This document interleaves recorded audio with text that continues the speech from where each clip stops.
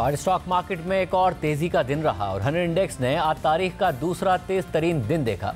पहले 3 माह में स्टॉक मार्केट 43,000 के इंडेक्स से 60% इजाफे के बाद 67,000 पॉइंट्स पर पहुंची।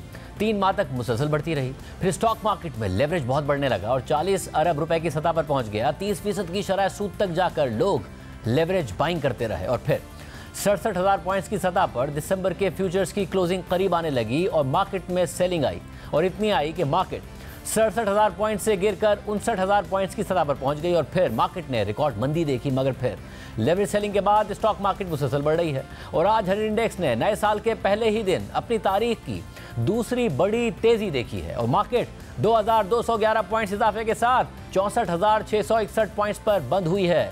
गुज़िश्ता बरसों में मुसलसल गिरावट के बाद 2023 स्टॉक मार्केट के लिए शानदार रहा और पूरे साल में 100 इंडेक्स में 55% का इजाफा देखा गया, जो 2009 में 60% इजाफे के बाद 13 साल बाद इतना बड़ा इजाफा है। जबकि 2023 में इस खित्ते में सबसे ज्यादा इजाफा पाकिस्तान के स्टॉक मार्केट में हुआ है। श्रीलंका के स्टॉक एक्सचेंज में 25%, इंडिया के सेंसेक्स इंडेक्स में 18% और बांग्लादेश की स्टॉक मार्केट में 2023 में 1% का इजाफा देखा गया। मगर डॉलर के मुकाबले में रुपए की कदर में बेपनाह गिरावट की वजह से 2023 में मार्केट कैपिटलाइजेशन रुपए में तो 39% इजाफे के साथ 6,501 अरब रुपए से बढ़कर 9,063 अरब रुपए पर पहुंच गई। मगर डॉलर में 29 अरब डॉलर से 12% बढ़कर 32 अरब डॉलर्स हो गई है।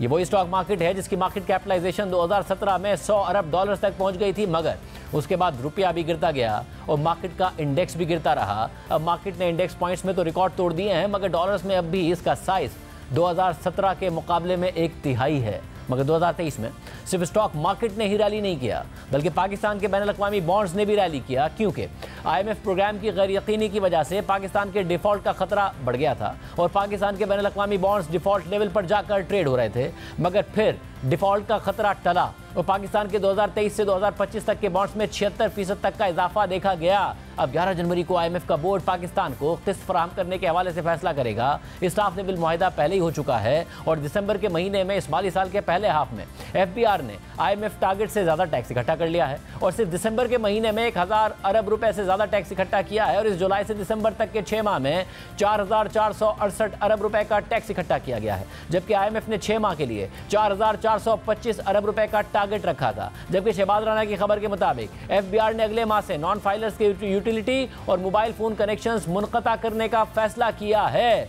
मगर दिसंबर में महंगाई 29.7% की बुलंद सतह पर रिकॉर्ड की गई है। इस माली साल के 6 माह में जुलाई से दिसंबर तक महंगाई 28.8% रही है, जो गुज़िश्ता माली साल के 6 माह में 25% थी। यानी आवाम को मुसलसल दूसरे साल 25% से ऊपर महंगाई का सामना है, जिसकी वजह से स्टेट बैंक की तरफ से शरह सूद में फौरी कमी के इम्कानात पर सवाल उठ रहे हैं। हालांकि मार्केट शरह सूद में कमी की तवक्को कर रही है और 6 माह का कायबोर यानी कराची इंटरबैंक ऑफर रेट 24.7% की बुलंद सतह से 21.5% की सतह तक आ गया, यानी 3% कम हुआ और मार्केट इस साल शरह सूद में भी बड़ी कमी की तवक्को कर रही है।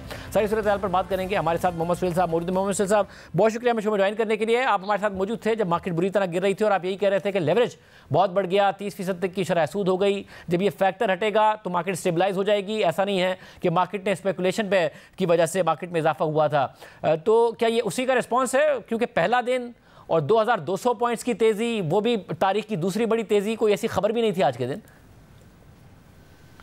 बिस्मिल्लाहिर्रहमानिर्रहीम। थैंक यू शाज़ेब भाई। बिल्कुल रीज़न यही था कि पिछले हफ्ते हमने देखा था कि 2 इश्यूज थे जो मार्केट को नेगेटिव असरअंदाज कर रहे थे। एक तो लेवरेज पोजीशन बहुत बढ़ गई थी, रेट भी बढ़ गया था। दूसरी जानिब जो ईयर एंड होता है उस पर बहुत सारे जो इदारे हैं और लोग हैं वो चाहते हैं कि एक्सपोजर 31 दिसंबर पे ज्यादा ना हो। तो वो लोग जिन्होंने फरोख्त किया था ईयर एंड क्लोजिंग की वजह से, वो भी खरीदार आ गए। लेवरेज पोजीशन में अच्छी बात ये हुई कि दिसंबर का कॉन्ट्रैक्ट स्मूथली रोल ओवर हो गया। ना सिर्फ रोल ओवर हो गया बल्कि आज जो जनवरी के जो सौदे हो रहे थे फ्यूचर में वो 24-25% हो रहे थे, जो 30% से कम है। तो ये रीजन बना मार्केट के बेहतरी का। और इसके साथ साथ जो हुकूमत पाकिस्तान ने खबर आई है कि 200 अरब रुपए से ज्यादा जो है वो रिलीज किए एनर्जी सेक्टर के लिए, आईपीपीज के लिए, तो वो भी एक अच्छी खबर है कि जो बहुत सारी लिस्टेड कंपनीज हैं जिनके कैश फ्लो के प्रॉब्लम होते हैं वो शायद कुछ ईज हो। तो ये मेन रीजन था आज में मार्केट की रिकवरी का। अच्छा, मगर जो मुसलसल ये बात की जा रही है कि मार्केट रिकॉर्ड तोड़े, ऐसे इकोनॉमिक फंडामेंटल्स पाकिस्तान के है नहीं। जो इस वक्त पाकिस्तान के पास रिजर्व्स हैं उसमें पिछले हफ्ते इजाफा ज़रूर हुआ, मगर जाहिर है 3 माह की इंपोर्ट्स के लिए भी काफ़ी नहीं है। IMF का प्रोग्राम के हवाले से अनसर्टेनिटी है कि अगली हुकूमत आएगी तो क्या करेगी और अगली हुकूमत आएगी कैसे, इलेक्शन में क्या होगा, क्योंकि अगले माह इलेक्शन है। तो ये जो मुसलसल तनकीद हो रही है कि इकोनॉमिक फंडामेंटल्स सपोर्ट नहीं करते इतनी बड़ी रैली को जो देखी जा रही। नहीं, ये तनकीद एक आम आदमी करता है जिसको शायद स्टॉक मार्केट की समझ नहीं है, क्योंकि पिछले 6 साल मार्केट ने अंडर परफॉर्म किया है और जो पी मल्टीपल होता है वो जो है 9 की जगह 3 का हो गया था। तो कभी कभार ये भी होता है कि आप बुरे हैं मगर बुराई में भी उसकी एक वैल्यू होनी चाहिए। तो हमने पिछले 6 साल में बिकॉज ऑफ बैड परसेप्शन या ओवर रिएक्शन बहुत ज्यादा नेगेटिव हो गई थी, नंबर 1। नंबर 2, इकोनॉमिक स्टेबलाइजेशन भी हुई है, चाहे कोई एग्री करे या ना करे। डिफॉल्ट का खतरा टला, इसकी वजह से यूरो बॉन्ड डबल हो गए हैं। इकोनॉमिक स्टेबलाइजेशन हुई तो जीडीपी की जो ग्रोथ है आफ्टर मैनी क्वार्टर सितंबर में वो पॉजिटिव हुई है। और यही रीजन है कि जो बहुत सारे कॉन्फिडेंस जो मेजर करते हैं इन्वेस्टर कंज्यूमर कॉन्फिडेंस इंडिपेंडेंट इदारे, उनके इंडिकेटर भी ये बता रहे हैं कि कॉन्फिडेंस बेहतर हुआ है। तो मेरे ख्याल में ये अक्सर होता आ रहा है। अगर आपको याद हो 2009 में भी पाकिस्तान के माशी हालत बहुत बुरे थे, मगर चूंकि 2008 में मार्केट बहुत गिर गई थी तो 60% रिकवर कर गई थी। 2001-2 में जब 9/11 के बाद मार्केट बहुत ज्यादा गिर गई थी तो उस वक्त भी हालात कोई बहुत अच्छे नहीं थे मुशर्रफ साहब के जमाने में, मगर 2002-3 में मार्केट बहुत ज्यादा बढ़ गई थी। तो मार्केट के डायनामिक थोड़े से कभी कभार इकोनॉमी से हटकर भी होते हैं। सब और अब जैसे जैसे हम आगे बढ़ रहे हैं मार्केट इसको फैक्टर इन कर रही है कि इलेक्शन बहरहाल होने जा रहे हैं और एक नई हुकूमत उसके बाद आने जा रही है, या अनसर्टेनिटीज मौजूद हैं?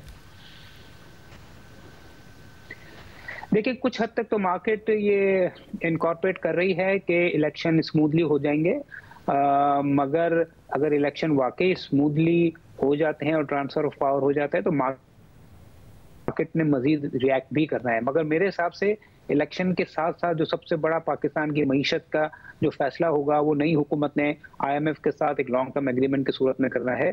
तो सबसे ज्यादा अहमियत जो है इलेक्शन के साथ साथ इलेक्शन के बाद होने वाले IMF वायदे की भी है, और अगर वो नहीं हो पाता तो स्टॉक मार्केट के लिए, मईशत के लिए बहुत बड़ा रिस्क है। और अगर वो हो जाता है तो ये एक बहुत अच्छी खबर होगी स्टॉक मार्केट के लिए भी और इकोनॉमी के लिए भी। अच्छा, और जो बैरूनी बाइंग है, ज़ाहिर है जब डॉलर इतना अनसर्टन हो और रुपए की कदर इतनी गिर रही हो तो डॉलर में रिटर्न देखता है फॉरेन इन्वेस्टर, उनका कॉन्फिडेंस कितना बहाल हो रहा है? क्योंकि रुपए ने जो मूवमेंट दिखाई है उसमें डॉलर में लोगों का रिटर्न बुरी तरह मुतासिर हुआ।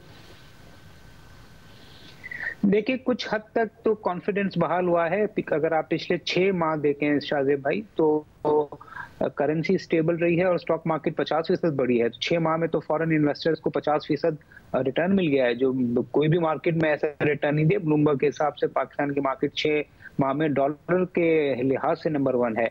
मगर आप क्या कहना बिल्कुल बजा है कि ये अनसर्टेनिटी खत्म नहीं हुई है कि क्या हमारा रुपया स्टेबल रह सकता है कि नहीं रह सकता। तो वो जो है आने वाला IMF के प्रोग्राम बताएगा। इसीलिए जो हमने फॉरेन बाइंग देखी है काफी सालों के बाद, वो आ तो रही है मगर बहुत कम है, इतनी नहीं है जितनी आनी चाहिए और जितनी अट्रैक्टिव वैल्यूएशन है। और उसका रीजन यही है कि अभी भी इकोनॉमी और करेंसी की अनसर्टेनिटी बाकी है।